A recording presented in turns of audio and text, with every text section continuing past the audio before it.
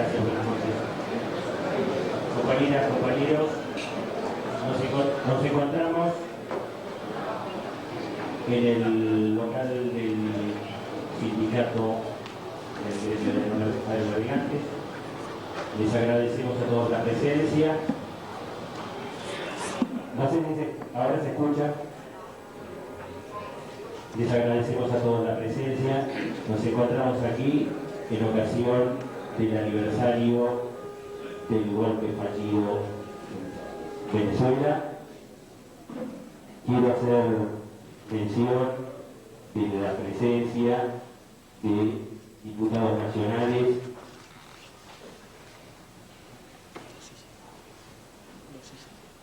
Jorge Macaluce, la diputada Mirta Rubini, la diputada Patricia Walsh, el diputado Juan López, la diputada Marta Maffei, la presencia de personalidades,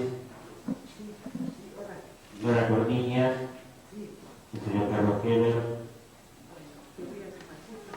Julio Piumato, de la Unión de Empleados de la Justicia, Ricardo Fresia, secretario general del Gremio de Navegantes. Se encuentra entre nosotros el primer secretario de la Embajada de Venezuela, Carlos Federico Ruiz Tirado, el secretario político de la Embajada de Cuba, Eduardo Fuentes, legisladores de la ciudad, Beatriz Mantró, Susana Echegoyen,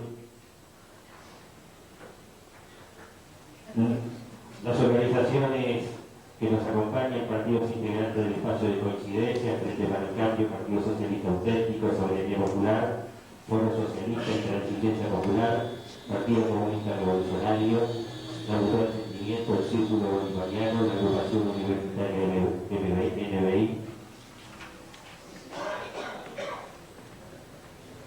Tenemos adhesiones de las diputadas nacionales Margarita Sarki y Lucrecio Monteagudo, la diputada de la ciudad Vilma Ripoll, el Grupo Moreno, concejal de Quilmes, Guillermo Magdaleno por el Frente para el Cambio, el director de Le Monde Diplomatique, Carlos Barreta, Ania Ullero, Luis Sicilia, adhesión del diputado Cristian de Peña. Bien, el tema del debate, que es la revolución bolivariana, la nueva situación en Sudamérica y el programa para la acción política en Argentina. Luis Bilbao, director de la editorial Siglo XXI de la revista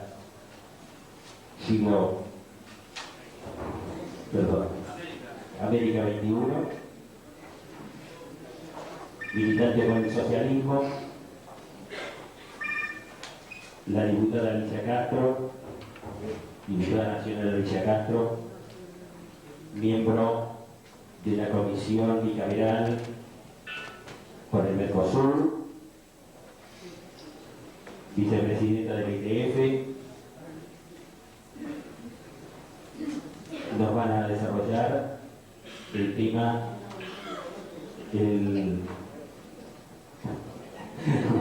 los dejo con ustedes.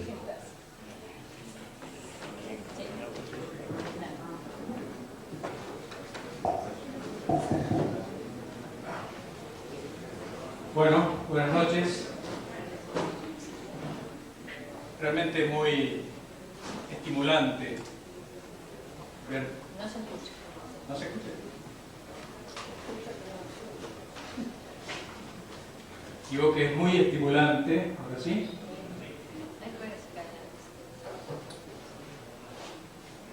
Verlos aquí en el aniversario de una gran victoria. Probablemente la victoria que marcará, y creo no exagerar, el curso del siglo XXI en América como mínimo. Al venir hacia acá, recordaba este mismo día hace 3 años,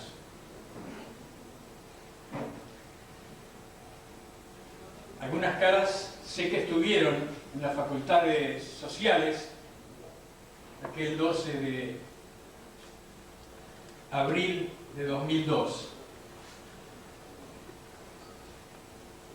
Había una sensación muy contradictoria, una tremenda congoja, una angustia muy profunda por lo que se sabía y por lo que no se sabía,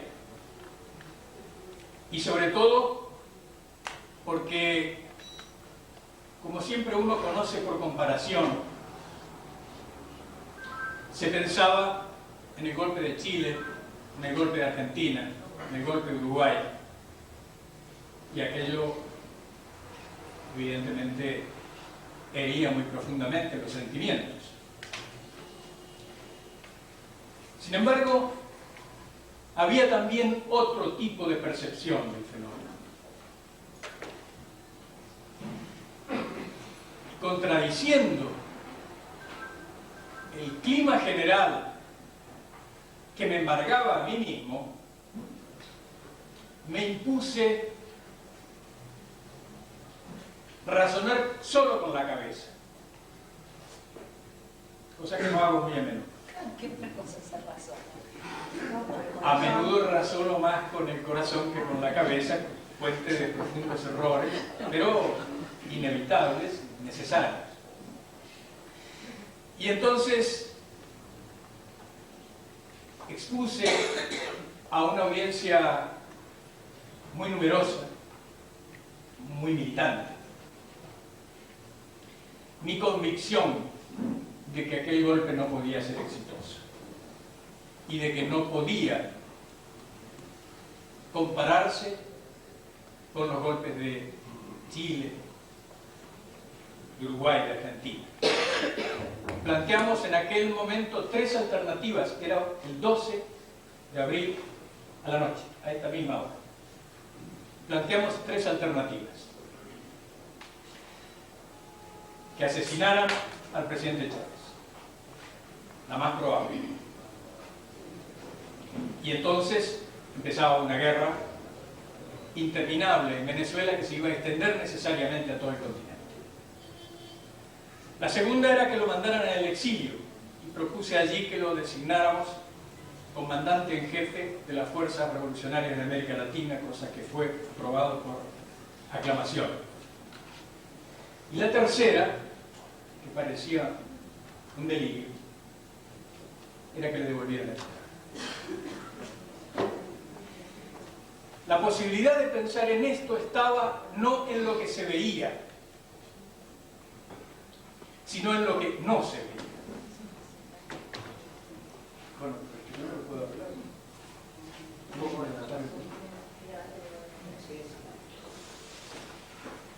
Lo que no se veía, en muchos sentidos, sigue sin verse. Y por lo tanto, es preciso hablar de ello.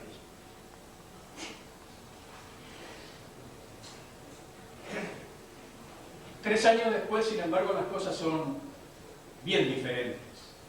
En primer lugar, en relación con la propia revolución bolivariana. Tal vez muchos de ustedes no recuerden ya que en aquel momento la revolución bolivariana era mala palabra en Argentina. Excepto para un mínimo de personas, aquello era mala palabra. Y es muy importante recalcar esto por una cuestión. Quien permitió que el pueblo argentino y sus distintas expresiones de vanguardia entendieran profundamente qué cosa era la revolución bolivariana fue el imperialismo. Gracias al golpe es que se entendió qué era.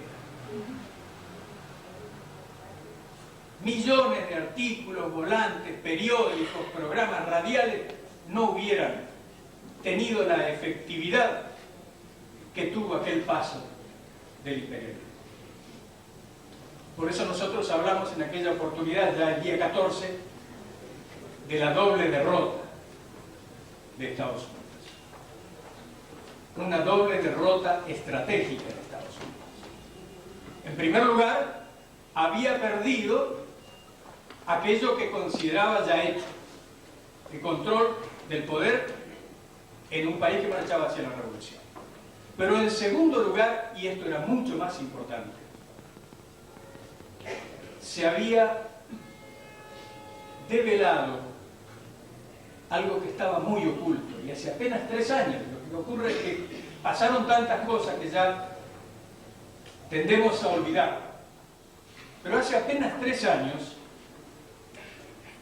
recuerden ustedes, no había imperialismo. La democracia era la continuidad de Estados Unidos. La libertad era Estados Unidos. La posibilidad de progreso era el desarrollo del capitalismo. El socialismo no existía más como alternativa.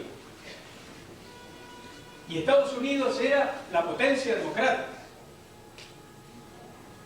Entonces, no solo no consiguió poner allí a su agente, sino que además se mostró ante el mundo, se mostró ante los jóvenes como el factor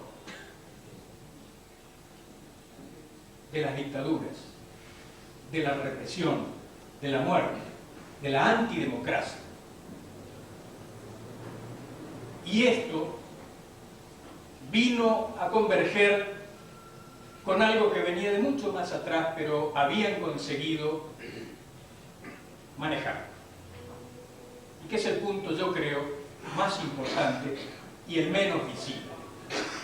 Es que el mundo vive, desde los años 70, en una profunda crisis del sistema capitalista. Claro, como se cayó la Unión Soviética, era evidente que lo que había fracasado era el socialismo. Bueno, así se consiguió durante más de una década conquistar la cabeza y el corazón de cientos de millones de personas y sobre todo de los jóvenes. Esta era una victoria ideológica y política extraordinaria del imperialismo, que comenzó a minarse poco a poco con distintos grandes acontecimientos del planeta, pero que tuvo un masazo el 13 y el 14 de abril de 2002. Estados Unidos ahora no solamente tenía esa crisis económica que le corroía las entrañas y que lo obligaba a impulsar políticas devastadoras en todo el continente y en todo el mundo, sino que además no podía mostrarse como la bandera de la democracia. Quien crea que esto es un dato menor debe pensar cuál fue la bandera con la cual Estados Unidos consiguió ganar la lucha ideológica con la ex Unión Soviética. Es trascendental la defensa de la democracia, de las libertades civiles, de los derechos individuales. Y cuando Estados Unidos se mostró como lo contrario, por fin esa bandera, históricamente en manos de los revolucionarios, volvió a las manos de los revolucionarios. Y no es un dato menor que la dirección de la revolución bolivariana, el comandante Chávez, haya entendido profundamente y haya asociado de manera permanente y sistemática la noción de revolución con la noción de democracia. Y calificándola, poniéndole apellidos sucesivos para que no se la confunda con la pseudodemocracia que nosotros vivimos. Había cambiado realmente el panorama político continental, pero no se ve. Y todavía no se termina de ver. Todavía no se termina de ver, pero ahora tenemos por lo menos 3 factores nuevos en relación con aquel momento, comienzo de 2002. En primer lugar, el afianzamiento hasta niveles elevadísimos del proceso revolucionario venezolano. Recuerden ustedes que en diciembre de ese mismo año hubo un nuevo intento de golpe. Convocamos, Alicia, el 10 de diciembre de 2002 en este mismo lugar, y le dijimos a Argentina que no iba a caer Chávez y que ya había ganado la lucha contra la huelga. Otra vez. Pero desde entonces a ahora, el crecimiento, la expansión de la idea revolucionaria, la asunción del concepto de revolución por las masas venezolanas ha progresado geométricamente. Este es un primer dato fundamental. Estados Unidos no puede derrocar políticamente a la revolución bolivariana.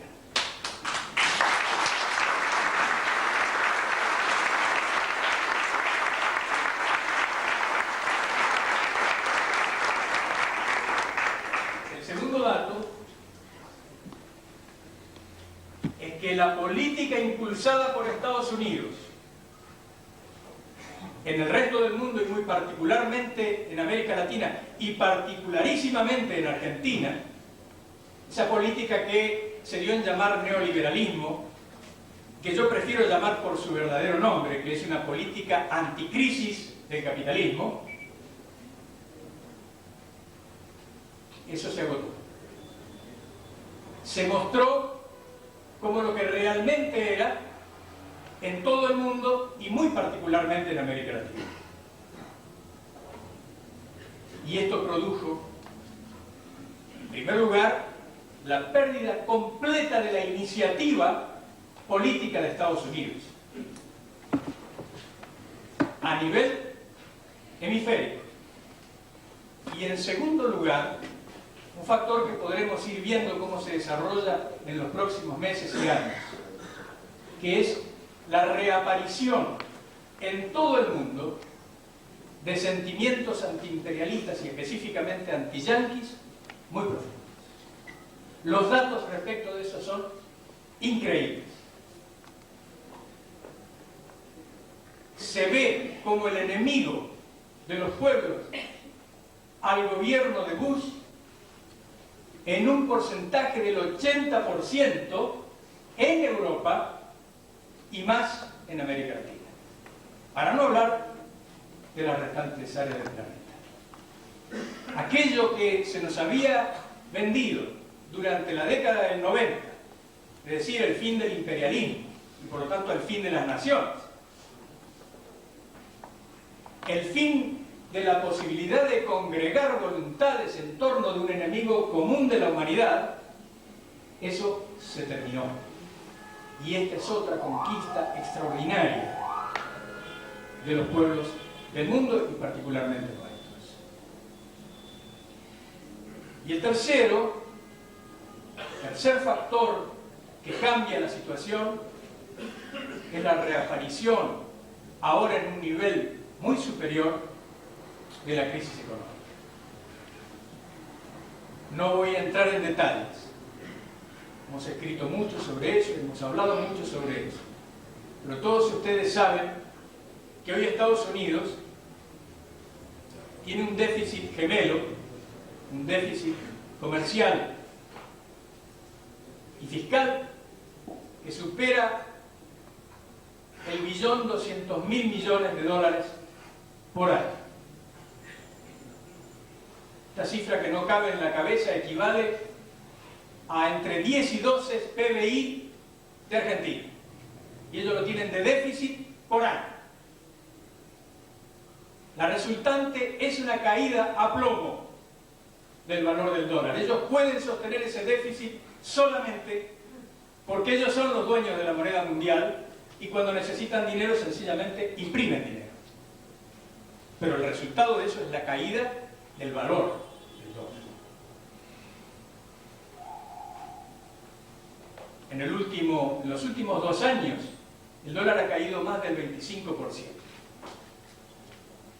Y hay un informe del Citibank, no es mío el informe, del Citibank, que dice que para fin de año el dólar puede estar cotizado a 42 centavos de euro, es decir, menos de la mitad de lo que cotizaba. Esta crisis es la crisis del sistema, del corazón del sistema. Una de las grandes estafas que se han cometido en el mundo, además de convencer de que no existe el imperialismo, convencer de que Estados Unidos es igual a la democracia, una de las grandes estafas es habernos convencido de que la crisis que nosotros tenemos es nuestra crisis. Eso es falso. La crisis argentina, la crisis boliviana, la crisis de América del Sur, la crisis del mundo subdesarrollado, desde luego tiene razones propias. Pero es antes que ninguna otra cosa el resultado obligado de las políticas que para contrarrestar su crisis nos impone el mundo altamente desarrollado, el mundo imperialista. Ellos descargan su crisis sobre nuestros hombros. Y ellos solamente pueden ocultar la profundidad, la gravedad de la crisis porque nos saquean. Porque se llevan en cantidades absolutamente sin precedentes, porque lo que ocurrió durante la colonia, cuando barcos permanentemente llevaban la riqueza de este continente hacia Europa, no es nada en relación con lo que han hecho en los últimos 20 años. No tiene parangón. Han conseguido que este país, el país más rico probablemente del planeta, sea lo que es. Pero claro, no se hace eso gratis. No se hace eso gratis. Y este es el gran punto. La consumación de su victoria es precisamente la derrota del imperialismo. Ellos están derrotados. Sus políticas no son más aceptadas, no son más defendibles y no son más defendidas. No tienen la posibilidad,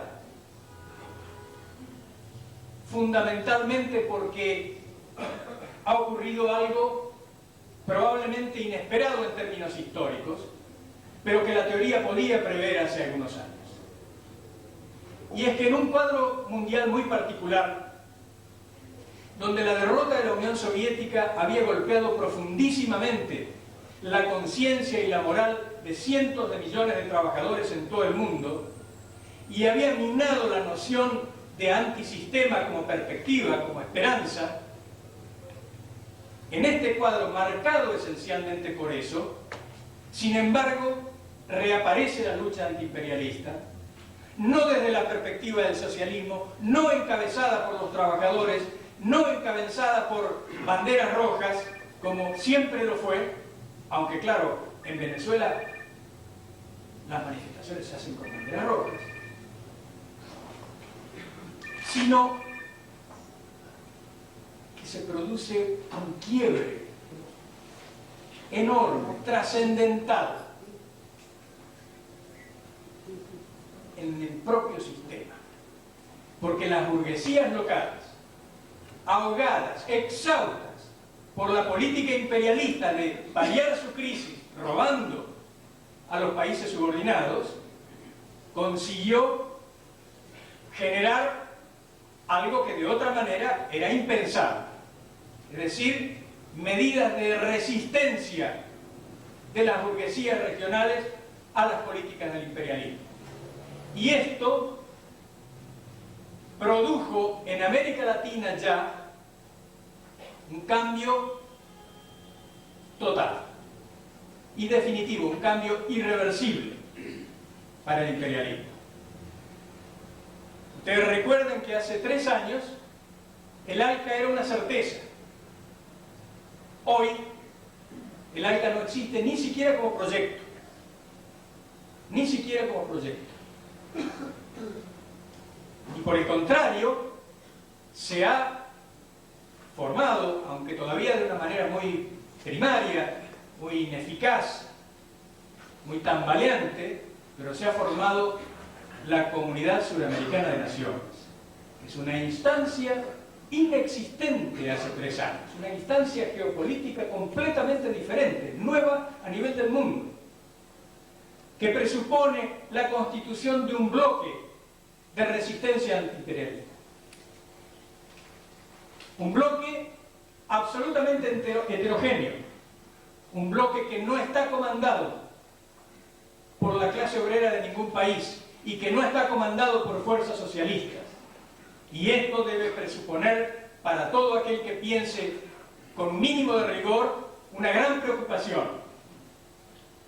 Pero vamos a hablar de eso después. Primero veamos el aspecto positivo de esto. La creación de este bloque antiimperialista cambia el mapa político mundial, no solamente suramericano. Y lo cambia en detrimento de Estados Unidos. Estados Unidos no ordena más. Miren lo que pasó ayer. Es casi grotesco. Casi grotesco. Ustedes saben lo que es la OEA. Lo que fue siempre la OEA. Cómo los países se alineaban y sin absolutamente ninguna deserción hacían lo que Estados Unidos ordenaba. Bueno, hubo un problema con el presidente que por casualidad era corrupto y lo tuvieron que cambiar. Estados Unidos puso un candidato y lo tuvo que retirar porque iba a perder de una manera vergonzosa, y apoyó a otro candidato y hubo 5 votaciones ayer y no pudieron imponer a su candidato, que ya no era el suyo. Empataron las 5 veces y tuvieron que pasar la votación para el 2 de mayo. Esto es la rebelión formalizada, plasmada en un hecho grotesco. Imagínense 5 votaciones. ¿Ustedes se imaginan qué pasaba después de cada votación? Los aprietes que recibía cada uno de los países, lo que habrán gastado en comunicaciones telefónicas. Pero no lo consiguieron. No lo consiguieron. Esto es lo que yo quiero decirles. Esta es la nueva Sudamérica. Es una Sudamérica que no soporta más el saqueo absolutamente desmesurado del imperialismo.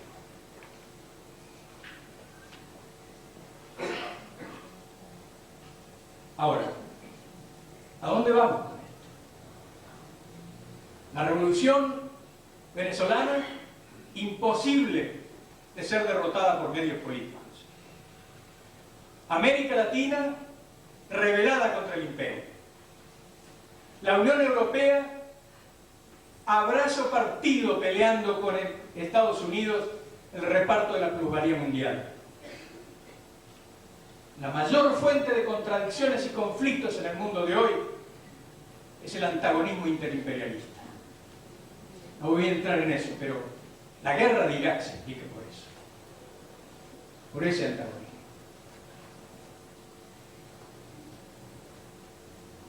Enfrentada con su par de siempre, como siempre ocurrió por otro lado.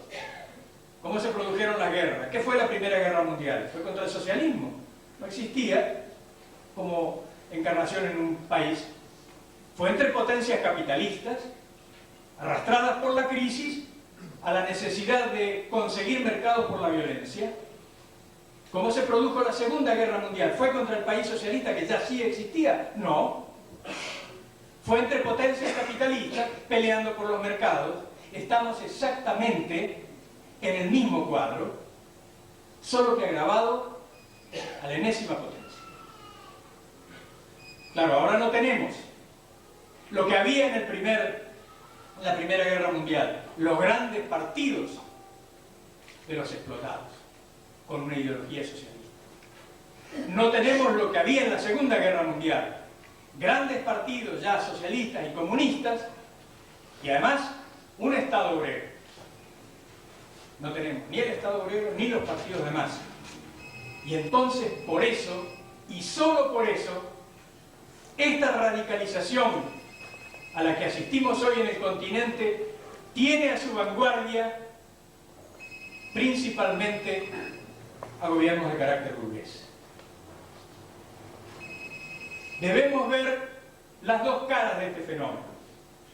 La positiva, extraordinariamente positiva, que significa que le ha surgido un enemigo dentro de su propia naturaleza al imperialismo. Un enemigo al que no puede volver a comprar con concesiones. No hay margen económico para eso. Al contrario, si algo hace Estados Unidos en relación con esos nuevos enemigos es apretarlos más y obligarlos más a buscar políticas alternativas. Esa es la parte positiva que ha cambiado el mundo, y cualquier organización de izquierda que no vea este factor fundamental no puede orientarse correctamente. Porque efectivamente la vanguardia de la lucha antiimperialista hoy tiene ese signo. Y reconocerlo no quiere decir aceptarlo ni aplaudirlo. Significa nada más, pero nada menos, que reconocerlo. Ese es el aspecto enormemente positivo. Estados Unidos ha perdido la iniciativa política, ha perdido la iniciativa estratégica. Y la ha perdido a manos de un bloque hegemonizado por fuerzas y políticas y programas del capital. Ahora bien, esas políticas, esos partidos, esos programas, ¿pueden de verdad resolver la crisis económica que vive el mundo y particularmente América Latina? La respuesta es categórica. No. No puede y no podrá, en ninguna hipótesis. No hay la más mínima chance de resolver las cuestiones más elementales que acucian hoy a 400 millones de personas en América Latina sin tomar medidas contra el capital. No hay posibilidad. No es una cuestión de gusto. A mí me gusta, no se lo voy a negar a nadie, pero no es una cuestión de gusto. No sé si alguien tuvo la oportunidad de escuchar al presidente Chávez el domingo pasado en el Aló Presidente. Hace 3 o 4 meses el presidente empezó a hablar de socialismo. Y ayer explicó, antes de ayer explicó, que él no era socialista, que él quería resolver los problemas por otra vía, pero que se dio cuenta que no se podía. Y dijo algo que hay que escuchar muy bien. No es posible humanizar el capitalismo.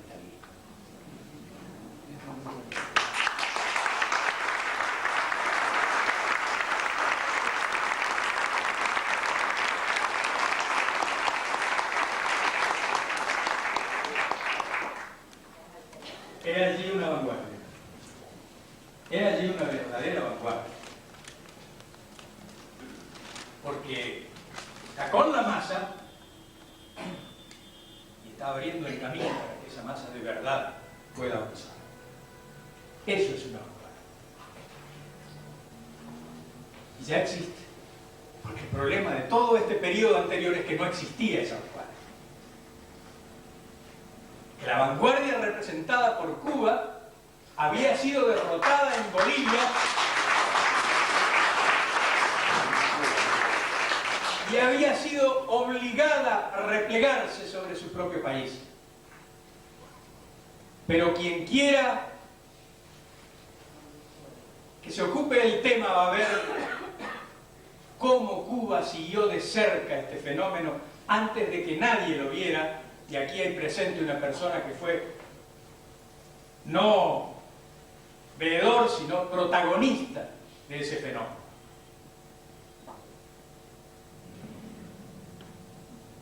Cuba cumplió un papel fundamental en la aparición de esa nueva vanguardia. Y está allí, junto con esa nueva vanguardia, desde otra perspectiva, ya mucho más lejos, mucho más avanzado. Pero juntos conforman, dentro del bloque antiimperialista, la vanguardia revolucionaria antiimperialista.